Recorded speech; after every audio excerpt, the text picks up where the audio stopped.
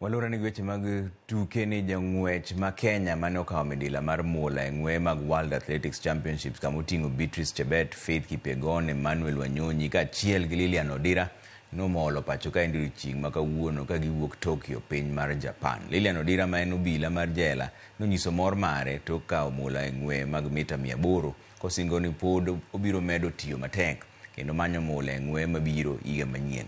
Komachielo, Beatrice Chebet kaachiel gi Faith Kipyegon nolero ni yueyo biro bedo matin ka gigeto mana wang'ni mondo gidhi e ng'wech mar dwe mar manyien e piny mar Amerika.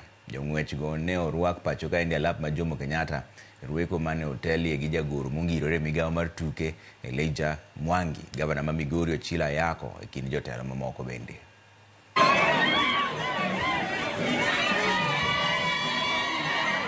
Mora mora nyalore mane gima nyalo nyiso wanagini everything is possible. It's all about mazoezi, consistency, discipline and believing in yourself.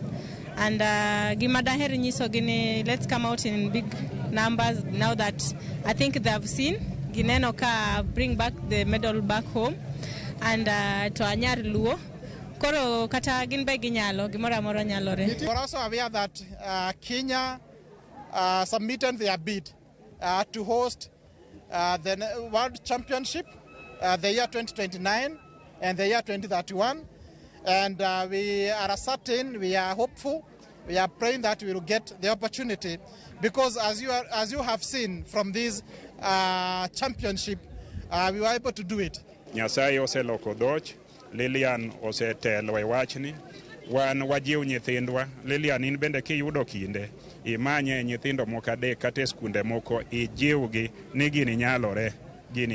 Kora akwayo mana jo Kenya duto ni jogo makelo mor kata nying maber kata ilo ne Kenya seche moko ka gisekelo ilo to wiwa wil kodgi.